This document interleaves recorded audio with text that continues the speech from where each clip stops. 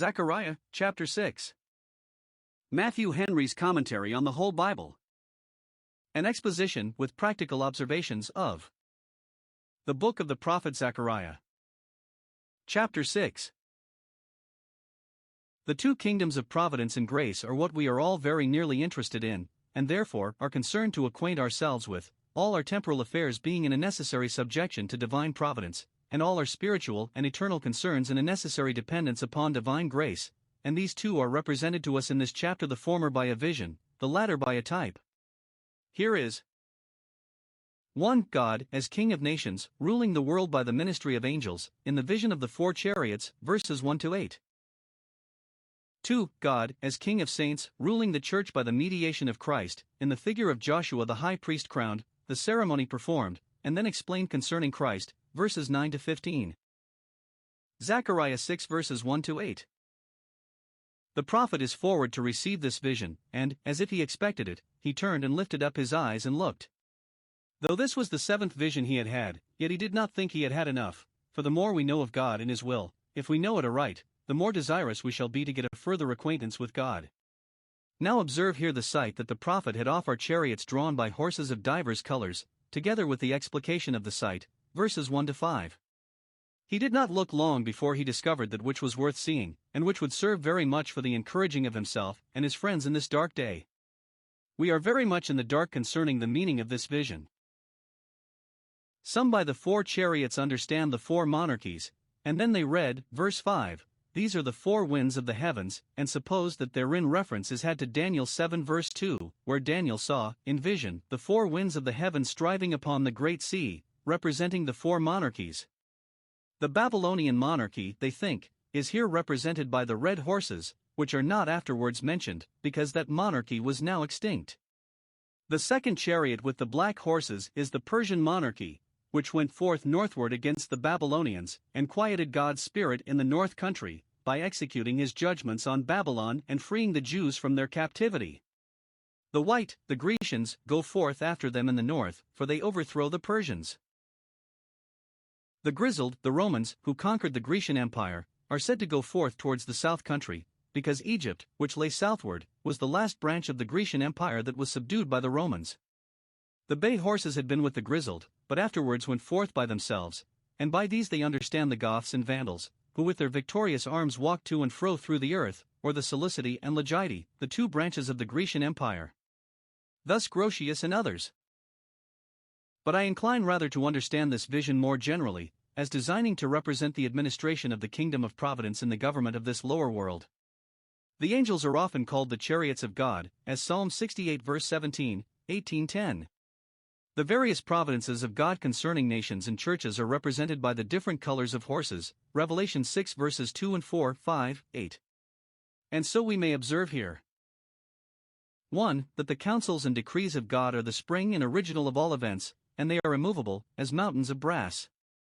The chariots came from between the two mountains, for God performs the thing that is appointed for us.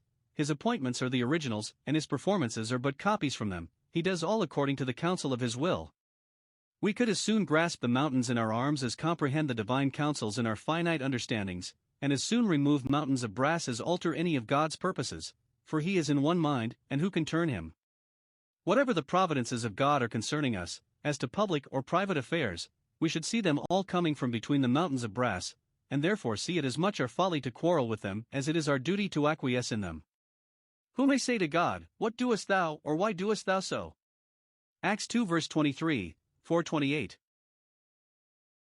2. That God executes his decrees in the works of providence, which are his chariots, in which he rides as a prince in an open chariot, to show his glory to the world, in which, as in chariots of war, he rides forth conquering and to conquer, and triumphing over all the enemies of his glory and government.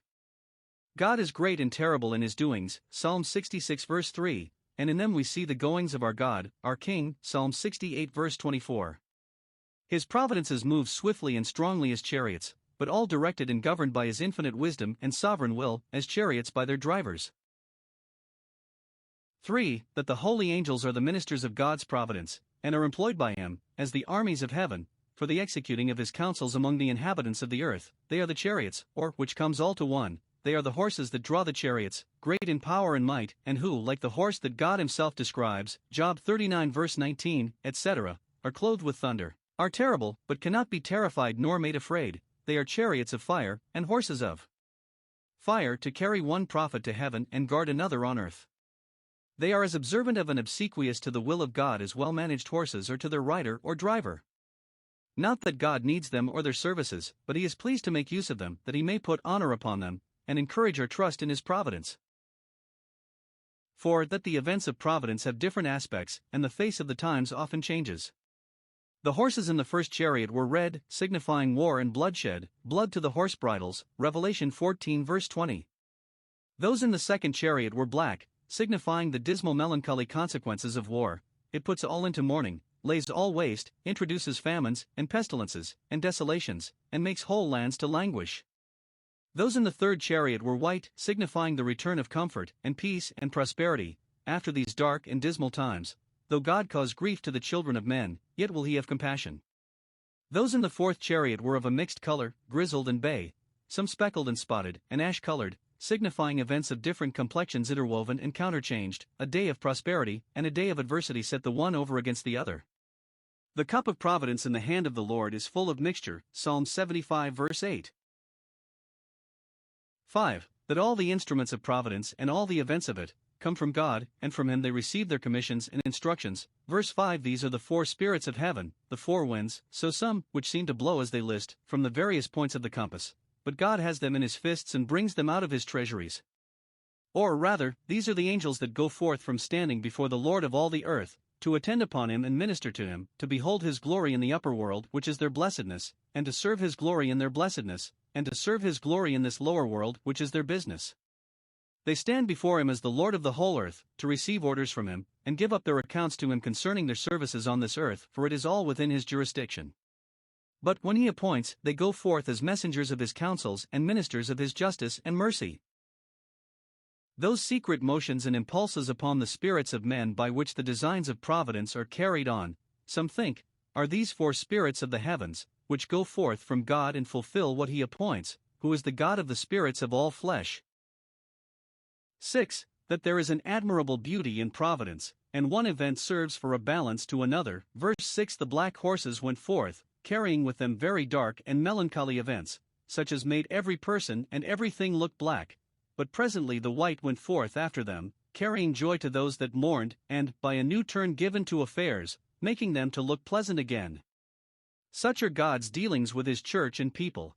If the black horses go forth, the white ones presently go after them, for as affliction abounds consolation much more abounds. 7. That the common general aspect of providence is mixed and compounded.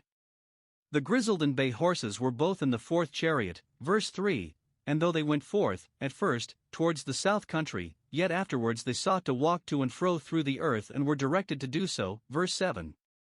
If we go to and fro through the earth, we shall find the events of providence neither all black nor all white, but ash-colored, or gray, mixed of black and white. Such is the world we live in, that before us is unmixed. Here we are singing, at the same time, of mercy and judgment, and we must sing unto God of both, Psalm 101 verse 1, and labor to accommodate ourselves to God's will and design in the mixtures of providence, rejoicing in our comforts as though we rejoiced not, because they have their allays, and weeping for our afflictions as though we wept not, because there is so much mercy mixed with them. 8. That God is well pleased with all the operations of his own providence. Verse 8. These have quieted my spirit, these black horses which denote extraordinary judgments, and the white ones which denote extraordinary deliverances, both which went towards the north country, while the common mixed providences went all the world over. These have quieted my spirit in the north country, which had of late been the most remarkable scene of action with reference to the church. That is, by these uncommon appearances and actings of providence God's wrath is executed upon the enemies of the church, and his favors are conferred upon the church, both which had long been deferred, and in both God had fulfilled his will, accomplished his word, and so quieted his spirit. The Lord is well pleased for his righteousness' sake, and, as he speaks, Isaiah 1 verse 24, made himself easy. Zachariah 6 verses 9 to 15. God did not only at sundry times, but in divers manners, speak in time past by the prophets to his church. In the former part of this chapter he spoke by a vision, which only the prophet himself saw. Here, in this latter part, he speaks by a sign, or type, which many saw, and which, as it was explained, was an illustrious prediction of the Messiah as the priest and king of his church. Here is 1. The significant ceremony which God appointed, and that was the coronation of Joshua the high priest, verses 10 and 11. It is observable that there should be two eminent types of Christ in the Old Testament that were both named Joshua, the same name with Jesus, and by the Septuagint, and in the New Testament, rendered Jesus, Acts 7 verse 45, Joshua the chief captain, a type of Christ the captain of our salvation, and Joshua the chief priest, a type of Christ the high priest of our profession, and both in their day saviors and leaders into Canaan. And this is peculiar to Joshua the high priest, that here was something done to him by the divine appointment on purpose that he might be a type of Christ, a priest after the order of Melchizedek, who was both a king and a priest. Joshua was far from being ambitious of a crown, and the people of having a crowned head over them, but the prophet, to the great surprise of both, is ordered to crown Joshua as if he had been a king. And as Zerubbabel's prudence and piety kept this from being any affront to him, as the setting up of a rival with him, so God's providence kept the kings of Persia from taking umbrage at it, as raising a rebellion against them. In doing what we are sure is God's pleasure, as this was, we may well venture men's displeasure. 1. Here were some Jews come from Babylon that brought an offering to the house of God, some of the captivity, here named to their honor, that came from Babylon on a visit to Jerusalem. They ought to have bidden a final farewell to Babylon, and to have come and settled with their brethren in their own land, and for their remissness and indifference in not doing so they thought to atone by this visit. Perhaps they came as ambassadors from the body of the Jews that were in Babylon, who lived there in ease and fullness, and, hearing that the building of the temple went on slowly for want of money, they sent them with an offering of gold and silver for the service of the house of God. Note, those that by reason of distance, or otherwise, cannot forward a good work by their persons, must, as they are able, forward it by their purses. If some find hands, let others fill them. 2. Time and place are appointed for the prophet to meet them. They thought to bring their present to the priest, God's ordinary minister, but God has a prophet, an extraordinary one, ready to receive them, and it, which would be an encouragement to them who in their captivity had so often complained, we see not our signs, there is no more any prophet, and would invite them and others to resettle in their own land, which then began to look like itself, like a holy land, when the spirit of prophecy was revived in it. Zachariah was ordered to give them the meeting the same day they came, for when they had arrived they would lose no time, but present their offering immediately, and to bid them welcome, assuring them that God now accepted their gifts. He was to meet them in the house of Josiah, the son of Zephaniah, who probably was receiver general for the temple, and kept the treasures of it. They brought their gold and silver to be employed about the temple, but God ordered it to be used in honor of one greater than the temple. Matthew 12 verse 6. 3. Crowns are to be made, and put upon the head of Joshua, verse 11. It is supposed that there were two crowns provided, one of silver and the other of gold, the former, as some think, denoting his priestly dignity, the latter his kingly dignity. Or rather, he being a priest already, and having a crown of gold, of pure gold, already, to signify his honor and power as a priest, these crowns of silver and gold both signify the royal dignity, the crown of silver being perhaps designed to typify the kingdom of the Messiah when he was here on earth, for then he was the king of Israel, John 1 verse 49, but the crown of gold his kingdom and his exalted state, the glory of which is far exceeded that of the former as gold does silver. The sun shines as gold, when he goes forth in his strength, and the beams of the moon, when she walks in brightness, we call silver beams. Those that had worshipped the sun and moon shall now fall down before the golden and silver crowns of the exalted Redeemer, before whom the sun shall be ashamed and the moon confounded, being both outshone. 2. The signification which God gave of this ceremony. Every one would be ready to ask, what is the meaning of Joshua's being crowned thus? And the prophet is as ready to tell them the meaning of it. Upon this speaking sign is grafted a prediction, and the sign was used to make it the more taken notice of and the better remembered. Now the promise is 1. That God will, in the fullness of time, raise up a great high priest like Joshua. Tell Joshua that he is but the figure of one that is to come, a faint shadow of him. Verse 12. Speak unto him in the name of the Lord of hosts, that the man whose name is the branch shall grow up out of his place, out of Bethlehem the city of David, the place appointed for his birth. Though the family be a root in a dry ground, yet this branch shall spring out of it, as in the spring, when the sun returns. The flowers spring out of the roots, in which they lay buried out of sight and out of mind. He shall grow up for himself, so some read it, propria virtut, by his own vital energy, shall be exalted in his own strength. 2. That, as Joshua was an active useful instrument in building the temple, so the man, the branch, shall be the master builder, the sole builder of the spiritual temple, the gospel church. He shall build the temple of the Lord, and it is repeated, verse 13, even he shall build the temple of the Lord. He shall grow up to do good, to be an instrument of God's glory, and a great blessing to mankind. Note, the gospel church is the temple of the Lord, a spiritual house, 1 Peter 2 verse 5, a holy temple, Ephesians 2 verse 21. In the temple God made discoveries of himself to his people, and there he received the service and homage of his people. So, in the gospel church, the light of divine revelation shines by the word, and the spiritual sacrifices of prayer and praise are offered. Now Christ is not only the foundation, but the founder, of this temple, by his Spirit and grace. 3. That Christ shall bear the glory. Glory is a burden, but not too heavy for him to bear who upholds all things. The cross was his glory, and he bore that. So was the crown an exceeding weight of glory, and he bears that. The government is upon his shoulders, and in it he bears the glory, Isaiah 9 verse 6. They shall hang upon him all the glory of his father's house, Isaiah 22 verse 24. It becomes him, and he is par negotio well able to bear it. The glory of the priesthood and royalty had been divided between the house of Aaron and that of David, but now he alone shall bear all the glory of both. That which he shall bear, which he shall undertake, shall be indeed the glory of Israel, and they must wait for that, and, in prospect of it, must be content in the want of that external glory which they formerly had. He shall bear such a glory as shall make the glory of this latter house greater than that of the former. He shall lift up the glory, so it may be read, the glory of Israel had been thrown down and depressed, but he shall raise it out of the dust.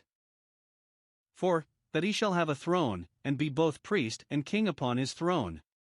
A throne denotes both dignity and dominion, an exalted honor with an extensive power. 1. This priest shall be a king, and his office as a priest shall be no diminution to his dignity as a king, he shall sit and rule upon his throne. Christ, as a priest, ever lives to make intercession for us, but he does it sitting at his Father's right hand, as one having authority, Hebrews 8 verse 1. We have such a high priest as Israel never had, for he is set on the right hand of the throne of the majesty in the heavens, which puts a prevailing virtue into his mediation. He that appears for us within the veil is one that sits and rules there. Christ, who is ordained to offer sacrifices for us, is authorized to give law to us. He will not save us unless we be willing that he should govern us. God has prepared him a throne in the heavens, and, if we would have any benefit by that, we must prepare him a throne in our hearts, and be willing and glad that he should sit and rule upon that throne, and to him every thought within us must be brought into obedience. 2. This king shall be a priest upon his throne. With the majesty and power of a king, he shall have the tenderness and simplicity of a priest who, being taken from among men, is ordained for men and can have compassion on the ignorant, Hebrews 5 verses 1 and 2. In all the acts of his government as a king he prosecutes the intentions of his grace as a priest. Let not therefore those that are his look upon his throne, though a throne of glory, and a throne of judgment, with terror and amazement, for, as there is a rainbow about the throne, so he is a priest upon the throne. 5. That the counsel of peace shall be between them both. That is, 1. Between Jehovah and the man the branch, between the Father and the Son, the counsels concerning the peace to be made between God and man by the mediation of Christ, shall be concerted, that is, shall appear to have been concerted, by infinite wisdom in the covenant of redemption. The Father and the Son understood one another perfectly well in that matter. Or rather, 2. Between the priest and the throne, between the priestly and kingly office of Jesus Christ. The man the branch must grow up to carry on a counsel of peace, peace on earth, and, in order to that, peace with heaven. God's thoughts towards us were thoughts of peace, and, in prosecution of them, he exalted his Son Christ Jesus to be both a prince and a Savior. He gave him a throne, but with this proviso, that he should be a priest upon his throne, and by executing the two offices of a priest and king should bring about that great undertaking of man's reconciliation to God and happiness in God. Some think it alludes to the former government of the Jews' state, wherein the king and priest, separate officers, did take counsel one with another, for the maintenance of peace and prosperity in church and state, as did Zerubbabel and Joshua now. I may add, the prophets of God helping them. So shall the peace and welfare of the gospel church, and of all believers, be wrought, though not by two separate persons, yet by virtue of two separate offices meeting in one Christ, purchasing all peace by his priesthood and maintaining and defending it by his kingdom. So Mr. Pemble and his prophetic office is serviceable to both in this great design. 6. That there shall be a happy coalition between Jews and Gentiles in the gospel church, and they shall both meet in Christ, the priest upon his throne, as the center of their unity. Verse 15. Those that are far off shall come and build in the temple of the Lord. Some understand it of the Jews that were now afar off in Babylon, that stayed behind in captivity, to the great discouragement of their brethren that had returned, who wanted their help in building the temple. Now God promises that many of them, and some of other nations too, proselyte to the Jewish religion, should come in, and lend a helping hand to the building of the temple, and many hands would make light work. The kings of Persia contributed to the building of the temple, Ezra 6 verse 8, and the furnishing of it, Ezra 7 verses 19 and 20. And in after times, Herod the Great, and others that were strangers, helped to beautify and enrich the temple. But it has a further reference to the temple of the Lord which the man the branch was to build. The Gentiles, strangers afar off, shall help to build it, for from among them God will raise up ministers that shall be workers together with Christ about that building, and all the Gentile converts shall be stones added to this building, so that it shall grow up to a holy temple. Ephesians 2 verses 20-22. When God's temple is to be built, he can fetch in those that are afar off and employ them in the building of it. 7. That the accomplishment of this will be a strong confirmation of the truth of God's word. You shall know that the Lord of hosts has sent me unto you. That promise, that those that were afar off should come and assist them in building the temple of the Lord, was as it were the giving of them a sign. By this they might be assured that the other promises should be fulfilled in due time. This should be fulfilled now very speedily. It was so, for those that had been their enemies and accusers, in obedience to the king's edict, became their helpers and did speedily what they were ordered to do for the furtherance of the work, and by that means the work went on and was finished. See Ezra 6 verses 13 and 14.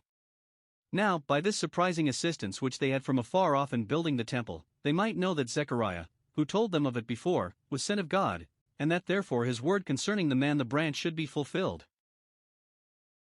8. That these promises were strong obligations to obedience, for this shall come to pass, you shall have help in building the temple, if you will diligently obey the voice of the Lord your God. You shall have the help of foreigners in building the temple, if you will but set about it in good earnest yourselves. The assistance of others, instead of being an excuse for our slothfulness, should be a spur to our industry. You shall have the benefit and comfort of all those promises, if you make conscience of your duty. They must know that they are upon their good behavior, and, though their God is coming towards them in a way of mercy, they cannot expect him to proceed in it unless they conform to his laws. Note, that which God requires of us, to qualify us for his favor, is obedience to his revealed will, and it must be a diligent obedience. We cannot obey the voice of God without a great deal of care and pains, nor will our obedience be accepted of God unless it be labored by us. 3. The provision that was made to preserve the remembrance of this. The crowns that were used in this solemnity were not given to Joshua, but must be kept for a memorial in the temple of the Lord. Verse 14. Either they were laid up in the temple treasury or, as the Jews' tradition is, they were hung up in the windows of the temple, in the view of all, in perpetuum rei memoriam, for a perpetual memorial, for a traditional evidence of the promise of the Messiah, and this typical transaction used for the confirmation of that promise. The crowns were delivered to those who found the materials, and some think their names were engraven on the crowns, to be preserved as a public testimony of their pious liberality, and an encouragement to others in like manner to bring presents to the house of God. Note, various means were used for the support of the faith of the Old Testament saints, who waited for the consolation of Israel, till the set time for it came.